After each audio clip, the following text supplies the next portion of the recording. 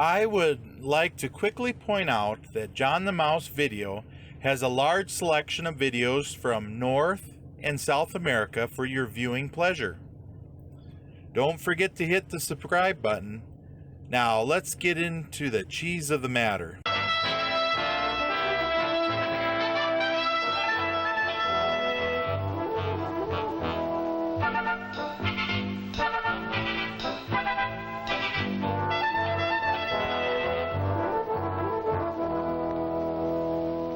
This is a businessman. His business is organized crime. His products include gambling, narcotics, vice, loan sharking, stolen goods, labor racketeering, and goons for hire. Illegal gambling brings in his biggest profits, working capital to finance other criminal activities. Bribery and corruption of public officials, including some police officers, almost always accompany large-scale illegal gambling.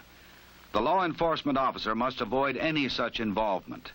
Besides corrupting the community he is sworn to protect, involvement puts him in personal jeopardy from local statutes and from the Organized Crime Control Act of 1970. This provides federal penalties for public officials who conspire to obstruct enforcement of local laws against gambling. Besides protection, organized crime provides layoff service for bookmakers and numbers operators, two of the largest illegal gambling activities. This call comes from the office of a numbers operation. The office manager may be called a controller, the office a drop, checkup, or counting house, the clerk's inside men, varying with the locality. Here, numbers bets are received and tallied, necessary records kept. Numbers operations take bets on number groups, usually 3, in a given order. Digits are determined by drawing, as in policy and bolita, or by daily published figures such as pari-mutuel payoffs, treasury balances, or stock exchange action. A lookout guards the outer door to the numbers office. But this and the other elaborate security precautions are no match for good police work. A stakeout team has had the building which houses the numbers office under visual observation. Binoculars pick up significant details of visitors and their cars. A telephoto camera records any suspicious activity to be later used as evidence. From this command post, the officer in charge maintains radio contact with other police units, prepared to coordinate the coming raid with citywide arrests of numbers salesmen. The numbers salesman is usually called a writer. He may work a regular route or from a fixed place of business. Most of the bets are small, but the day's total will be surprisingly large. The marker lists the 3-digit number and the amount bet. Markers are prepared for secure delivery to the pickup man or runner. But numbers sellers need customers. They cannot long remain unknown to the police. Winning numbers are called hits. The writer pays off his few lucky winners. The payoff on a straight 3-number bet runs from 400 to 600 to 1. Smaller odds are paid on cut numbers, those heavily played because of superstition or other reasons. Correct odds should be 999 to 1. This differential leaves a small percentage for the writer. Huge profits for the numbers operation. The temporarily happy winner is not the target. The stakeout waits for bigger gain. The runner works for the office or bank that owns the numbers operation. He controls as many writers as he can handle. He makes his pickup like an ordinary customer to avoid detection. This time it doesn't work. His departure is noted, and the command post watching the numbers office is alerted for his arrival. The runner reaches the innocent-seeming outer door of the numbers office. The lookout's signal clears him through the secured door inside. Unit 5, take the lookout as planned.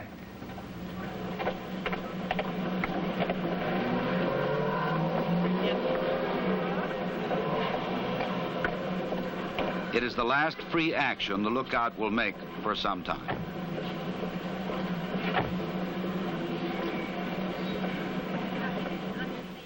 The heavy door with its alarm system is opened for the runner, bringing in the last of the day's bets.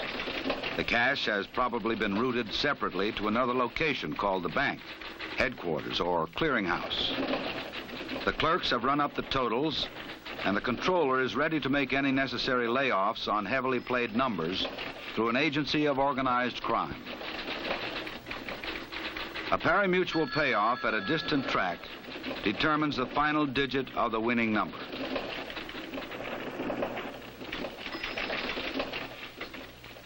Unit 3, lookout neutralized.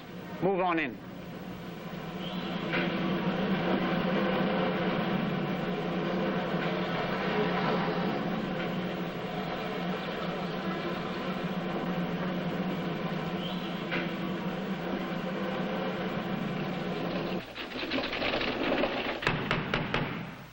Police, we have a warrant.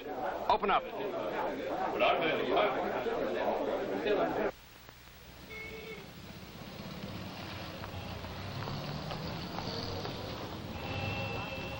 Police, open up or we're coming in.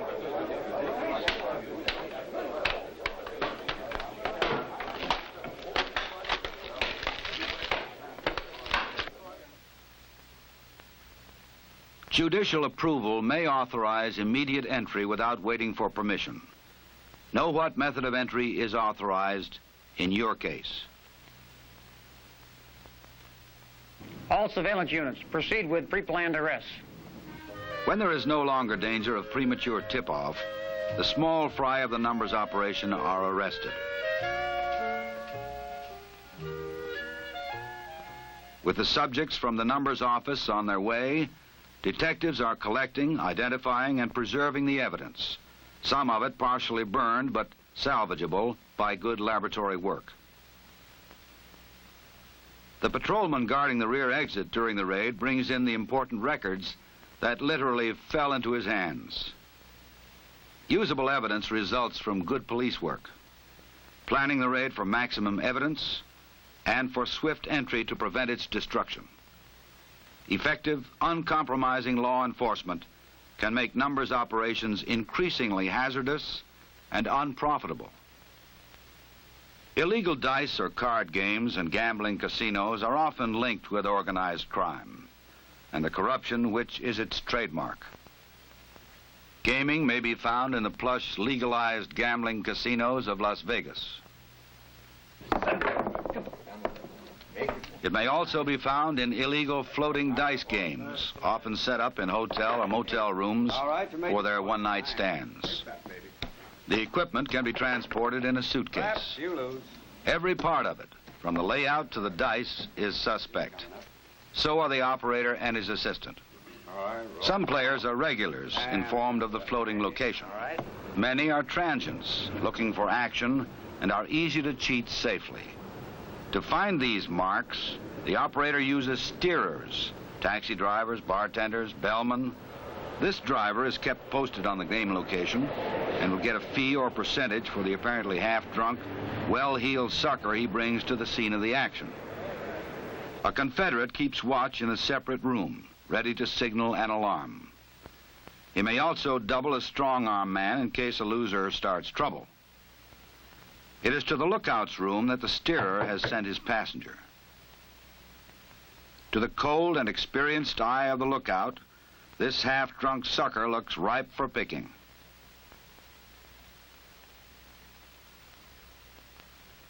He gives him the room number of the floating crap game and signals the operator to expect him.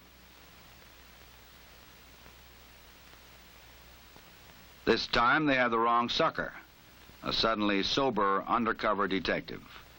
His concealed mic gets word to the team waiting below. Unit 5, this is T1. The lookout in 514 has an alarm buzzer in the door frame. I'm proceeding to the game in 519. Monitor me and execute the plan when gambling is established.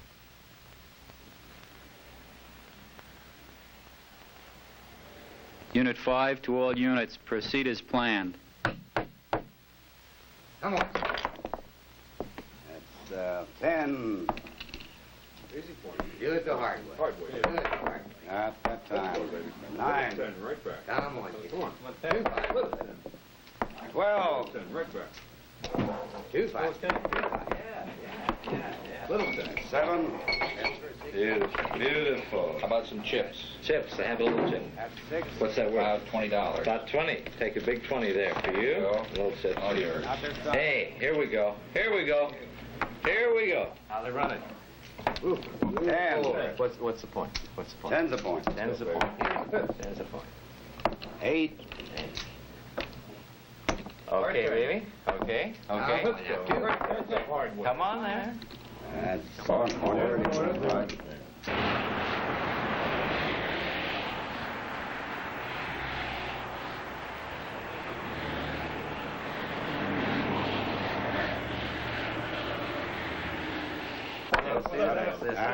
6. All right, I think the man. Statutes concerning players in an illegal game vary from jurisdiction to jurisdiction. 7. Okay, give me the dice. Give me the dice. Next shooter. Let me get this. Place your bets. All right. Let's go, Rick. There we go. Nothing to just freeze. Police, freeze. Put your There's hands no on the question table. anywhere about the arrest of the operator and his confederates.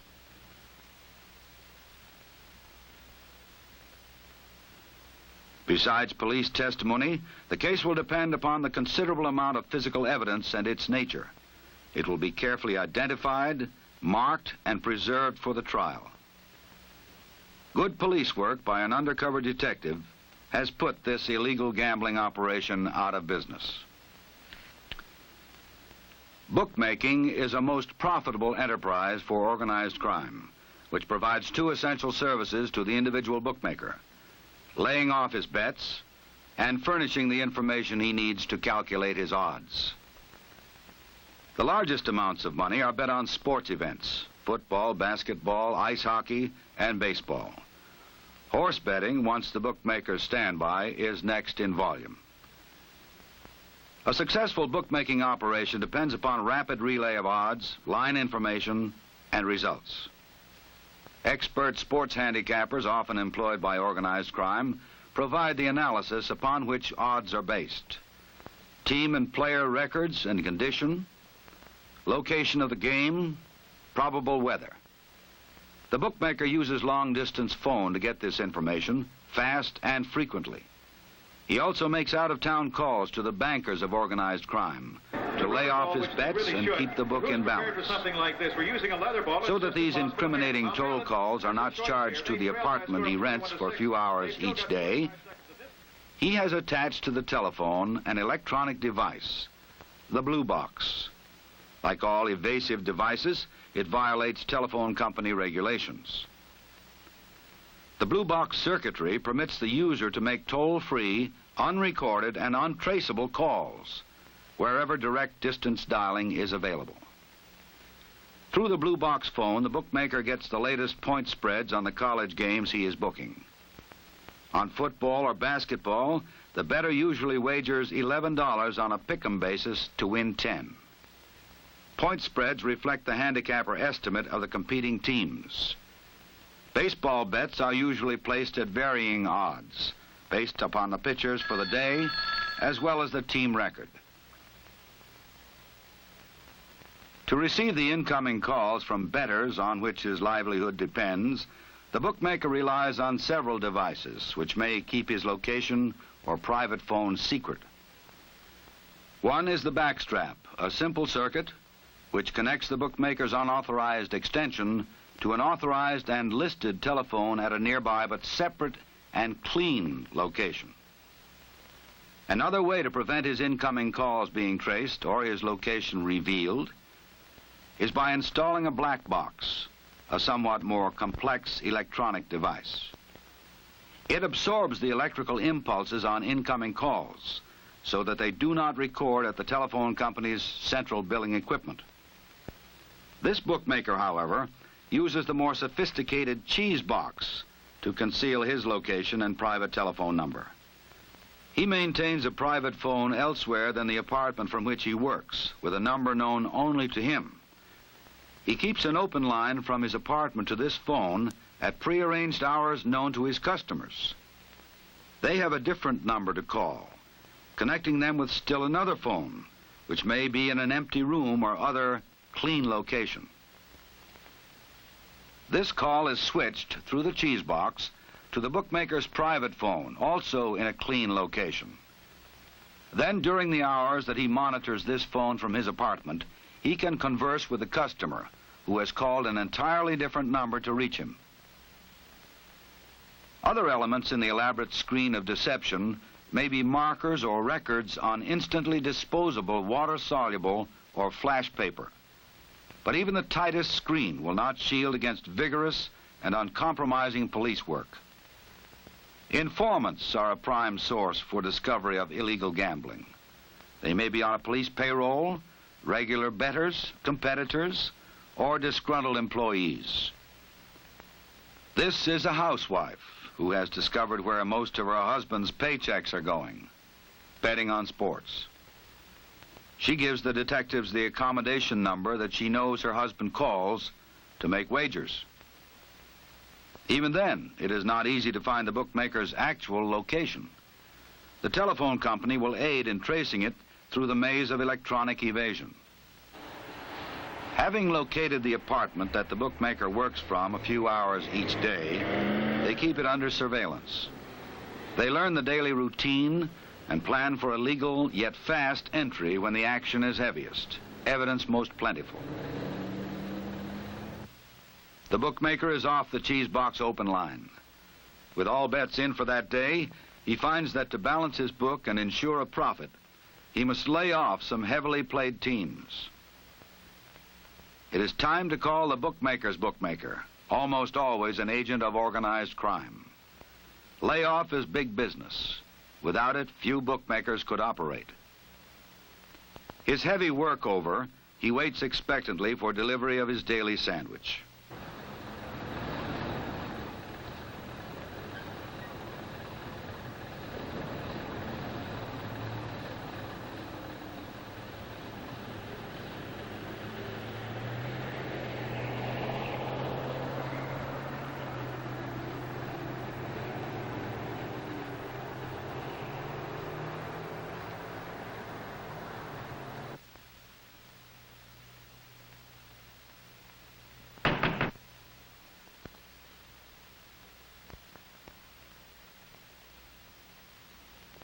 Information leads to investigation. Investigation to surveillance. Surveillance to apprehension. It pays off. Armed with a warrant, police planned their raid when the maximum evidence would be on hand, and with minimum chance for its destruction. There is no cooperation from the bookmaker, but their continuing investigation will uncover other evidence. The unauthorized electronic equipment, the testimony of the not-so-innocent owners of the apartment. They find the water-soluble paper on which the bets were written,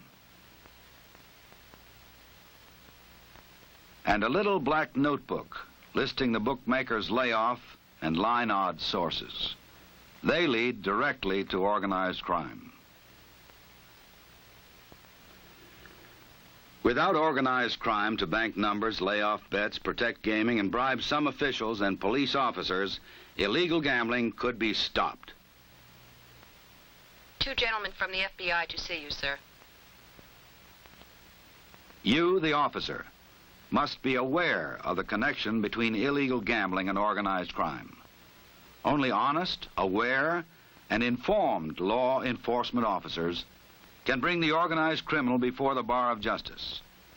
Only incorruptible, impartial, and stern justice can make him pay for his crime. You must be informed on the major types of illegal gambling, their MOs, and the applicable gambling statutes in your jurisdiction. You must be trained in effective techniques to discover the illegal gambling operation through informants, observation, and investigation. To follow the operation as close to the top as possible. To plan the arrests so as to acquire and preserve the necessary evidence for conviction.